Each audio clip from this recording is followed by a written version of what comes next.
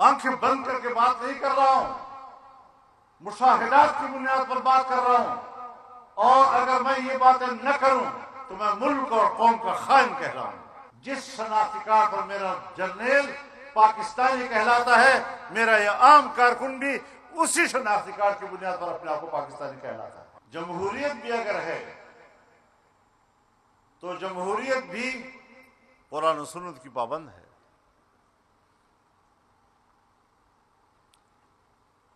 یہ اور بات ہے کہ ہمارے حکمران اس پر عمل نہیں کرتے۔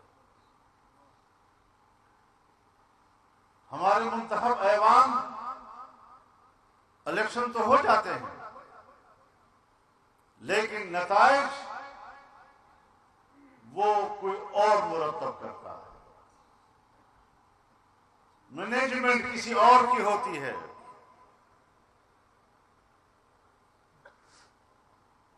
اور میرے مشاہدے میں ہے کتنی اسمبلیاں آئیں اور ایسی قانون سازیاں ہوئی کہ جس نے نظام مملکت پر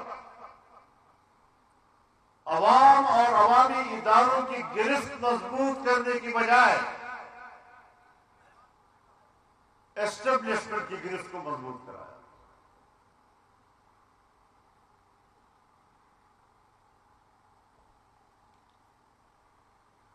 آج بھی منصوبہ تو یہی تھا کہ مزید پیش رفت کی جائے،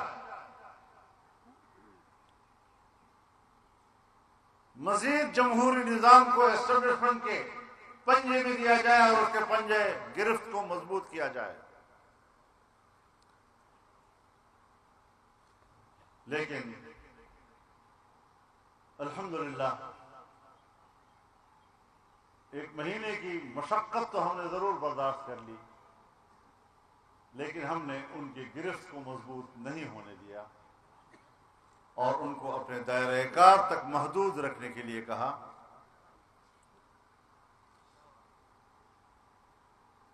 یہ آئین کے مطابق سوچتے، ہماری اسمبلیوں کو ایسے لوگوں سے بھر دیا جاتا ہے جن کے اندر دو صفات ہونی چاہیے،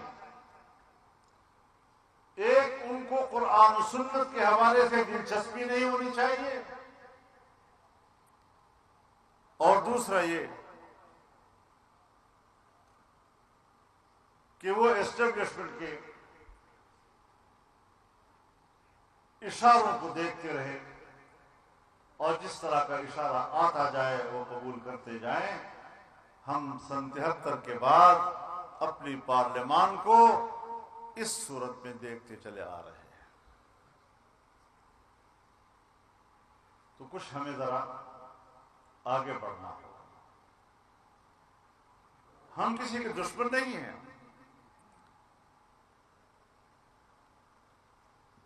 کوئی ادارہ اسے بدخواہی کیوں سمجھتا ہے؟ پاکستان تب مستحکم ہوگا اگر ہر ادارہ اپنے دائرہ کار کے اندر، دائرہ اختیار کے اندر کام کرتا رہے گا۔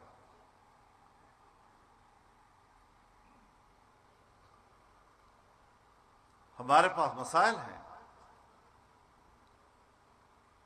ہم نے ان مسائل سے نمٹنا ہے۔ عام آدمی کو امن و امان نصیب نہیں ہے،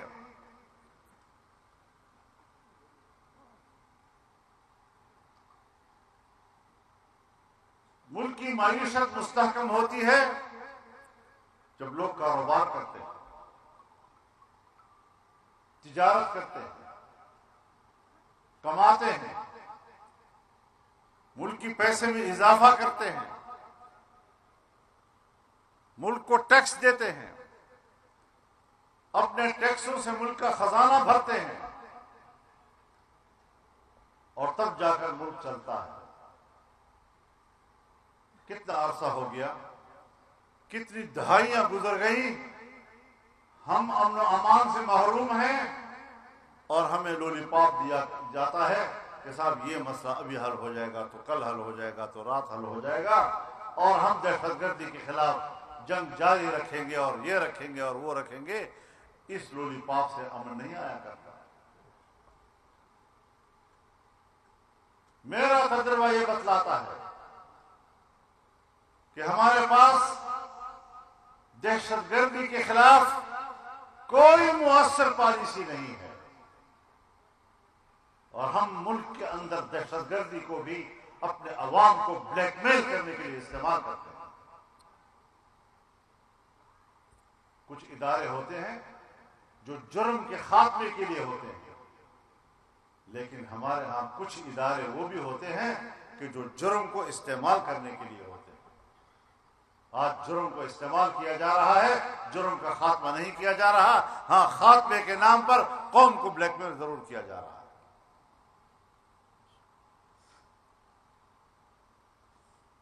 کوئی اللہ کا خوف نہیں ہے، کوئی اپنے آپ کو اللہ کے سامنے جواب دہ نہیں سمجھتا۔ ان کم بختوں نے کبھی مرنا بھی نہیں ہے اور کبھی اللہ کے سامنے پیش بھی نہیں ہونا۔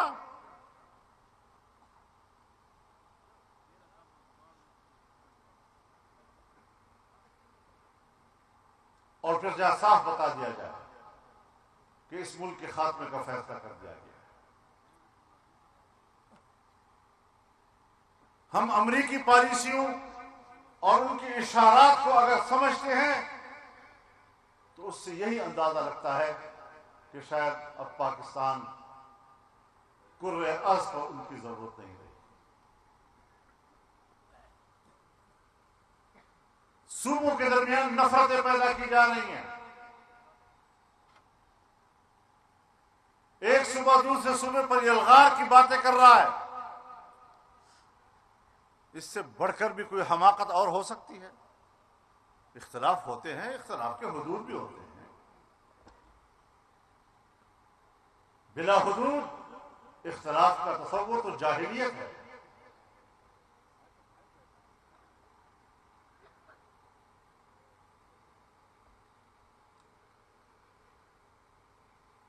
تو اس ساری صورتحال میں ہمارے پاس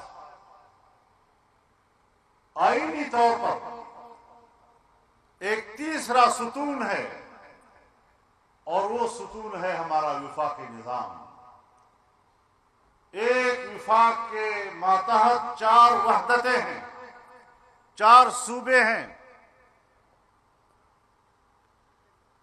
اور صوبوں کے حقوق آئین کی روح سے متعین ہے۔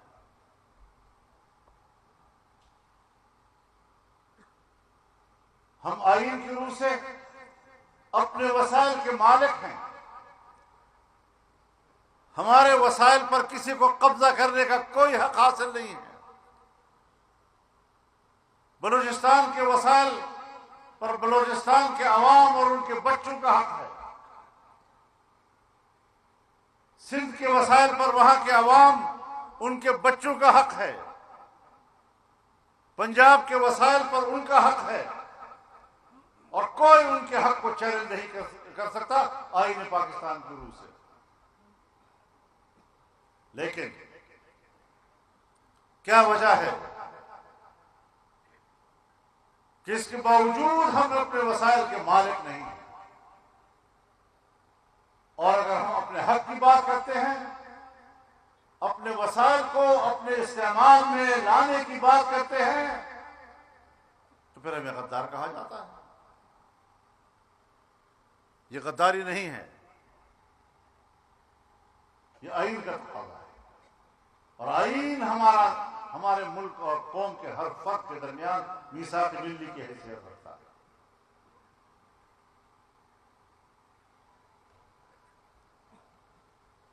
ہم اپنے حقوق سے دستبردار ہونے کو تیار نہیں۔ تم جنگ چھیڑ دو، قومیں لڑتی رہیں، خون بہتا رہے، اور طاقتور ادارے امن کے نام پر ہر جگہ پہنچتے رہیں۔ ہمیں کہتے ہیں ہم امن کے لیے آئے ہیں، اور میں کہتا ہوں آپ ہمارے وسائل پر قبضہ کرنے کے لیے آئے ہیں۔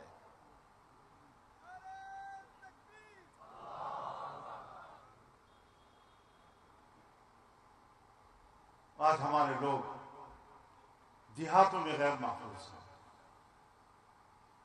مسلح گروہ انہوں نے ہمارے نظام پر قبضہ کیا ہوا ہے، حکومتی رفت نہیں ہے، سڑکیں ان کے قبضے میں ہیں، اور اب تو ہمارے ڈپٹی کمشنر صاحب نے حکم بھی دے دیا ہے کہ کوئی اپنے افسر جو ہے وہ اپنے گھر سے نہ نکلے۔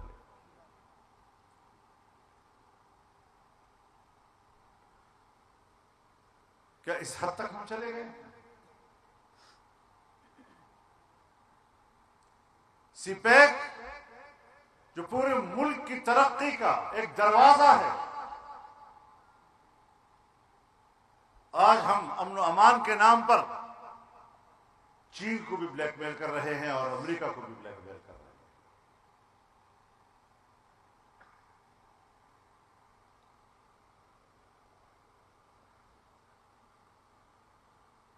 ڈالر کمانے کے طریقے ہیں،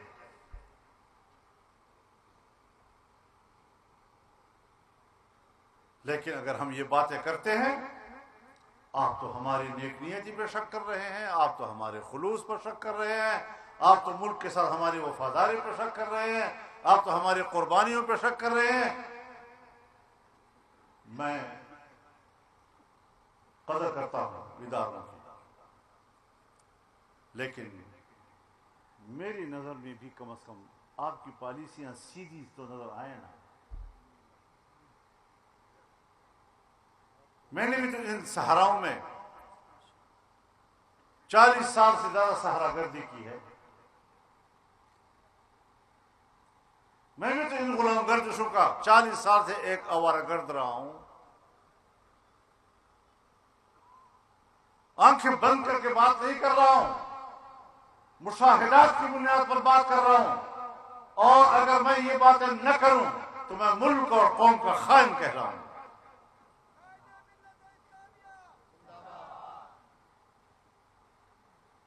اپنا رخ سیدھا کر لیجیے، اپنا قبلہ درست کر لیجیے، آپ ہمارے سروں کے تاج۔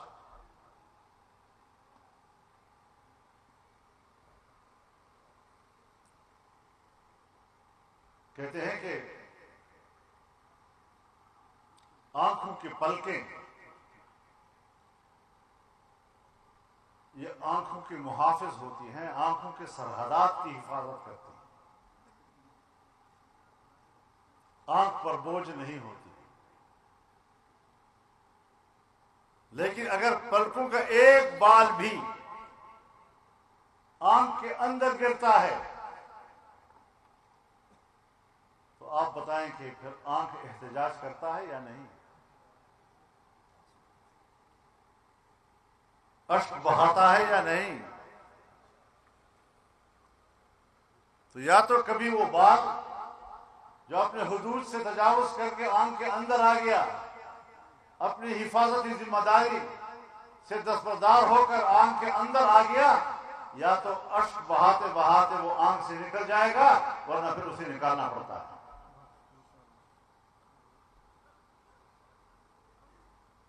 آپ ہماری آنکھوں کے پلکیں ہیں، ہم آپ کی قدر کرتے ہیں، آپ ہم پر بوجھ نہیں ہیں، لیکن ہمارے احساسات کو سمجھنے کی کوشش کریں۔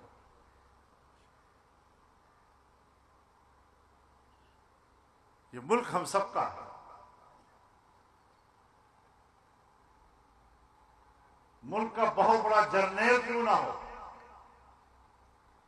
اور میرا یہ غریب کارکن کیوں نہ ہو، دونوں کے پاس پاکستان کا یکساں شناختی کارڈ ہے۔ جس شناختی کارڈ پر میرا جرنیل پاکستانی کہلاتا ہے، میرا یہ عام کارکن بھی اسی شناختی کارڈ کی بنیاد پر اپنے آپ کو پاکستانی کہلاتا ہے۔ نعرہ تکبیر! جمعیت علماء اسلام قائد تیری بصیرت کو قوم کی قدر کرو۔ ہماری زندگی اجیرن ہو گئی ہے، ہم گھروں سے باہر نہیں نکل سکتے، سڑکوں پر آمد و رفت ختم ہو گئی ہے، اور یہ ہمارا جو موٹر وے ہے یہ یارک کے پاس، پل کے نیچے مسلح لوگ ہیں، پل کے اوپر فوج کھڑی ہے۔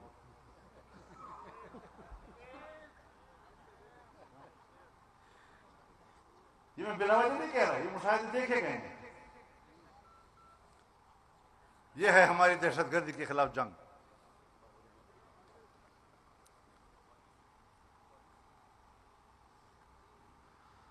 اور ہمارا جو چوتھا ستون ہے آئین کا، وہ ہمارا پارلیمانی طرز حکومت ہے.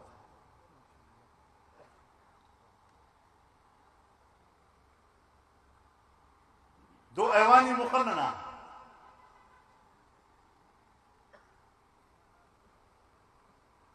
عوام کے ووٹوں سے منتخب ادارے ہوتے ہیں. یہاں لوگ بکسے میں ڈالتے کچھ ہیں تو بکسے سے نکلتا کچھ ہے.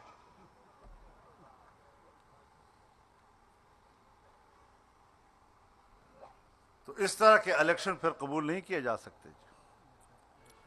اور یاد رکھو، ہم وہ لوگ ہیں اللہ کے فضل و کرم سے اور اس کی نصرت کے ساتھ کہ تمہارا جبر ہمیں تمہارے جبر پر آمادہ بھی نہیں کر سکتا، نہ اس کی حمایت کرنے پر مجبور کر سکتا. ہم نے پہلے دن کہا تھا کہ یہ الیکشن دھاندلی ہے، آج بھی کہتے ہیں یہ الیکشن دھاندلی. چاہے ہمارے صوبے کا ہو، چاہے باہر کے دوسرے صوبوں کا ہو. پھر کیسے ملک چلے گا؟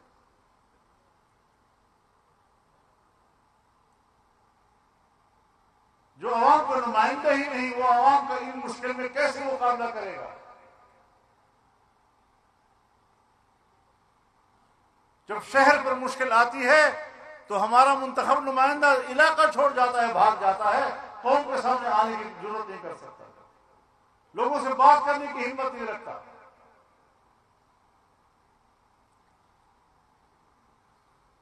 تو میرے محترم دوستو، اس کے ساتھ ساتھ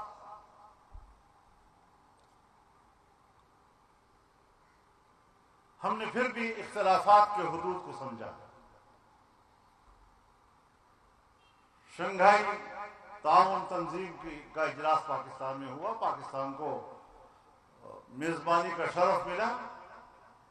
یہ ہمارے لیے اعزاز ہے، قوم کے لیے اعزاز ہے.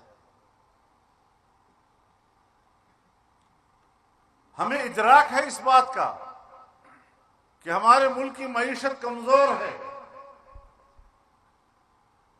معیشت کی بہتری کے لیے اگر کوئی اقدامات ہوتے ہیں، ہم نے اس کا راستہ نہیں روکا. آپ جانتے ہیں، میں نے خود اپیل کی کہ حزب اختلاف کو بھی ان دنوں میں مظاہرے نہیں کرنے چاہیے، اور حزب اقتدار کو بھی ترمیمی بل پر ان دنوں میں بحث نہیں کرنی چاہیے، تاکہ یکجہتی کا پیغام جائے، تاکہ پاکستان کا اعتماد بحال ہو. ہم پاکستان کے مفاد کو سمجھتے ہیں، الحمدللہ اختلاف کے حدود کو بھی سمجھتے ہیں، ملک کو بھی سمجھتے ہیں، اور ملک کے مفاد کو بھی اللہ کے فضل و کرم سے سمجھتے ہیں.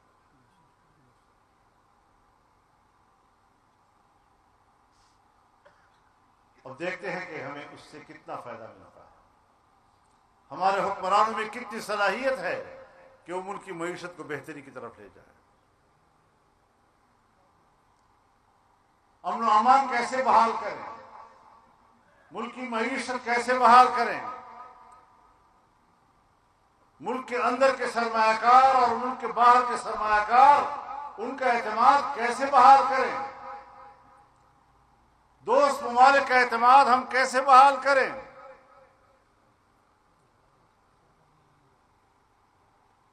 اور پھر ہمیں یہ بھی نہیں بھولنا چاہیے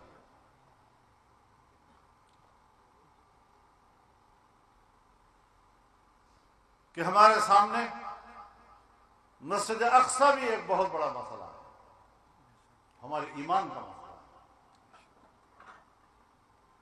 جو آج صہیونیوں کے قبضے میں ہے، اور ان کے قبضے سے آزاد کرنا مسلمانوں پر فرض ہے. آج غزہ کے مسلمان قربانیاں دے رہے ہیں. 50 سے 60 ہزار لوگ اس وقت تک شہید ہو چکے ہیں، جو جنگ نہیں لڑ رہے، بچے ہیں، خواتین ہیں، بوڑھے ہیں، غیر مسلح ہیں، پرامن شہری ہیں، اور ایک وحشی ملک ریاستی دہشت گردی کر کے ہمارے مسلمان بھائیوں کا قتل عام کر رہا ہے۔ امریکہ اس کی سپورٹ دے رہا ہے، مغربی دنیا اس کو سپورٹ دے رہا ہے، اور یہ وہ ملک ہے جب 1948 میں وجود میں آیا تو قائد اعظم محمد علی جناح نے کہا کہ یہ ایک ناجائز اولاد ہے مغرب کی۔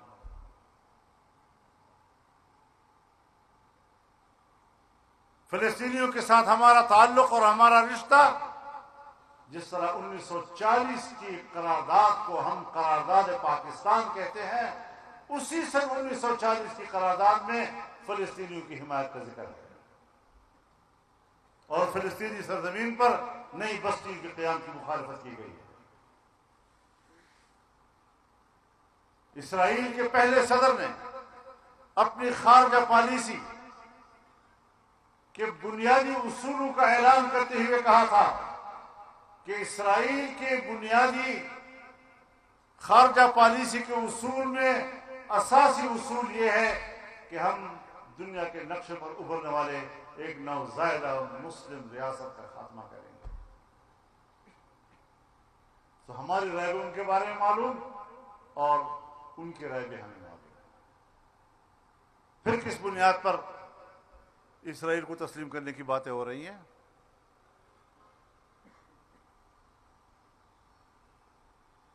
تاکہ ایک بار پھر ہم دوسری قسط کشمیر کو بیچنے کے لیے جواز پیدا کر سکیں۔ کشمیریوں کے خون پر ہم نے 77 سال سے سیاست کی ہے، ان کی عزتوں پہ سیاست کی ہے، آج ہم نے ان کو بیار و مددگار چھوڑ دیا ہے، لیکن پاکستان کے عوام ان کو تنہا نہیں چھوڑیں گے انشاءاللہ۔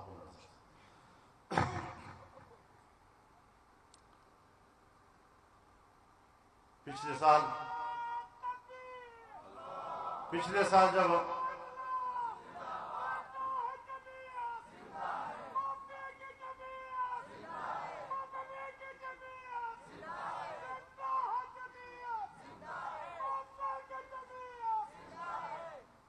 تو بھی زندہ ہے بھائی، پتہ چل گیا۔ تو میرے محترم دوستو، گزشتہ سال 7 اکتوبر کو جنگ شروع ہوئی، 14 اکتوبر کو پشاور میں مفتی محمود کانفرنس تھی، اور اس کو ہم نے طوفان اقصی کانفرنس میں تبدیل کر دیا تھا۔ ابھی 7 اکتوبر کو کراچی میں جلسہ ہوا، تمام مذہبی جماعتوں پر مشتمل جلسہ تھا، لیکن جمعیت کے کارکنوں نے اس جلسے کو ایک منظر عطا کیا تھا۔